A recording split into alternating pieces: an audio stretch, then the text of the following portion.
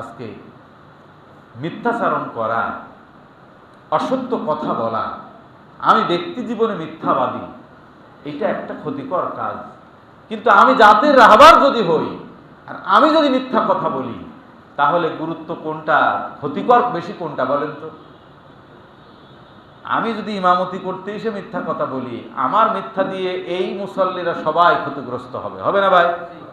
কিন্তু আপনি একজন মুসল্লি, আপনি মিথ্যাবাদী, আপনি নিজে ক্ষতিগ্রস্ত হবেন, হয়তো যার সাথে কথা বলছেন সে ক্ষতিগ্রস্ত হবে। এটা সীমাবদ্ধ ক্ষতিগ্রস্ততার পরিমাণ সীমাবদ্ধ। কিন্তু জাতির একটা মূল দায়িত্বে আপনি আছেন, চেয়ারম্যানের দায়িত্বে আছেন, মন্ত্রীর দায়িত্বে আপনি, কোনো জাতির কোনো বড় পদে আপনি আছেন, আপনি যদি মিথ্যাবাদী হন, আপনার ভিতরে যদি এই নিফাকি আচরণ থাকে, তাহলে কিন্তু এই জাতি ক্ষতিগ্রস্ত হবে।